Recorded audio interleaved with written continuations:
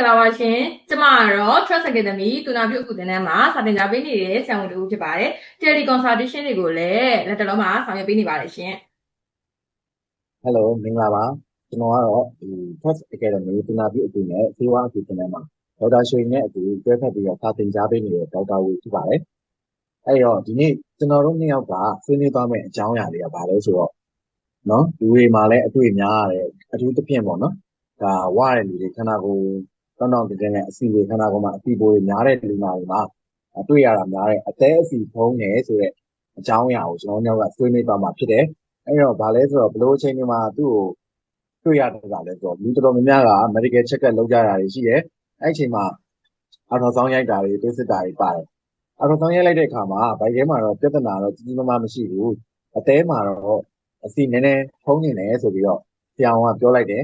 ပြောလိုက်တာအောင်မှဒါလူနာဘက်ကနေပြီးတော့ပေါ့ပေါ့ဆဆပဲဟောငါကြံတဲ့ပြဿနာတော့ဘာမှမရှိဘူးဒီအသေးမှာတော့အစီနည်းနည်းဖုံးနေဆိုတဲ့ပြဿနာကိုလူနာဘက်ကနေပြီးတော့ဒီယူမဆိုင်ပဲနဲ့ပေါ့ပေါ့ပါနေသွားရင်ဖြစ်လာနိုင်တဲ့အကြောင်းအရာတွေကိုကျွန်တော်တို့က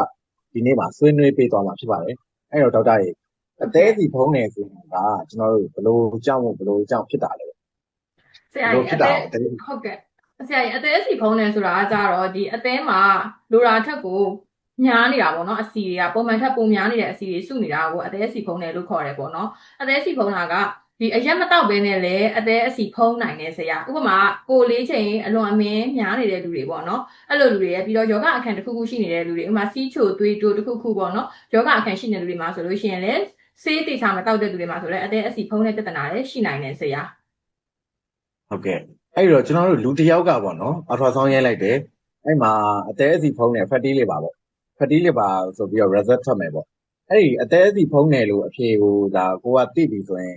ကိုယ့်ဘက်ကဘာတွေပြင်ဆင်သင့်လဲဘာတွေလုပ်သင့်လဲအဲ့ဒါလေးရောဒေါက်တာတစ်ချက်ဖြေကြားပြီးပါအရေးကြီးဆုံးကတော့ lifestyle ပေါ့နော်ဆရာ lifestyle changes လုပ်ရမယ်ပြောင်းလဲရမယ်ကိုကမနက်စာကိုဘယ်လိုတွေစားနေလဲဥပမာနန်းကြီးတုပ်တို့ခောက်ဆွဲတုပ်တို့မုံဟင်းခါတို့နေ့စဉ်စားနေတဲ့လူလားအီတာကွေးတို့စမူစာတို့အဲ့လိုမျိုးအကြော်တွေကိုနေ့စဉ်စားနေတဲ့လူလားအဲ့လိုမျိုးဆိုလို့ရှိရင်တော့ကိုကအဲ့ဒီအရာတွေကိုစွန့်လွှတ်ရမယ်ဆရာရဲ့ပြီးတော့နောက်တစ်ခုကကျတော့လေ့ကျင့်ခန်းပုံမှန်လုပ်ပေးရမယ်ပေါ့နော်အရင်ကလမ်းလျှောက်လေးရှိရမဟုတ်ဘူးဒါပေမဲ့အခုအသေးစီဖုံးတဲ့အဖြေထွက်ပြီးဆိုလို့ရှိရင်တော့ဒီလိုမျိုးနေ့စဉ်ပုံမှန်လေ့ကျင့်ခန်းတစ်ခုခုတော့ရှိရမယ်ဆရာဥပမာလမ်းလျှောက်တာခြေလမ်းပေါင်း1000လျှောက်တာပဲဖြစ်ဖြစ်ဂျင်ဆော့တာပဲဖြစ်ဖြစ်ယောဂဆော့တာပဲဖြစ်ဖြစ်တစ်ခုခုတော့လုပ်ပေးရမယ်ကိုလည်းလှုပ်ရှားမှုအဲ့ဒီတော့ lifestyle changes ကအရန်ကိုမှအရေးကြီးတယ်နောက်တစ်ချက်ကတော့သွေးစစ်ရမှာပေါ့နော်အသေးစီဖုံးတယ်ဆိုတာနဲ့ဒီတိုင်းနေလို့မရဘူးကိုခန္ဓာထဲမှာရှိတဲ့ဒီအဆီဓာတ်တွေကိုစစ်တဲ့ lipid profile လို့ခေါ်တဲ့ဒီသွေးတွင်းအဆီဓာတ်တွေကိုစစ်တဲ့မှုမျိုးပြုလုပ်ရမလဲနောက်တစ်ခုကကျတော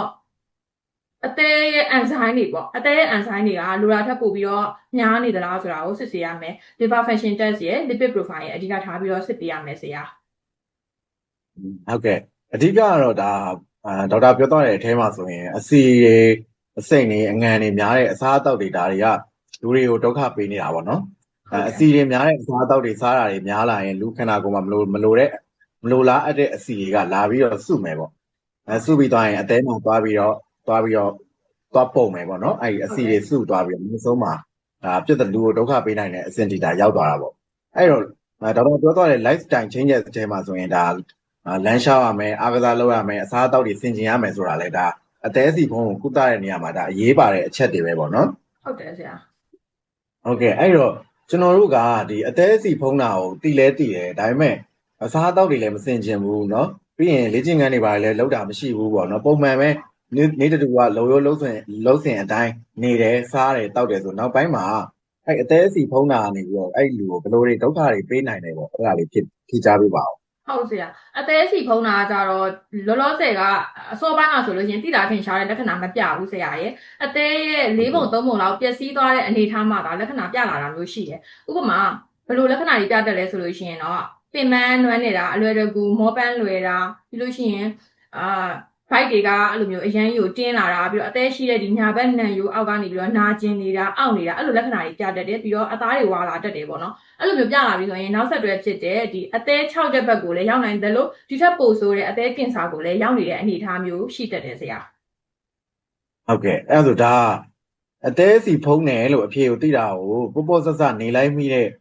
ကြောင်းရင်းကနေပြီးတော့နောက်ပိုင်းမှာကင်ဆာလို့ခေါ်တဲ့အသေးကင်ဆာအထိကိုသွားပြီးတော့ရောက်သွားနိုင်တာပေါ့နော်ဂရုမစိုက်ပဲပြစ်ထားရင်လေဟုတ်တယ်ဆရာဟုတ်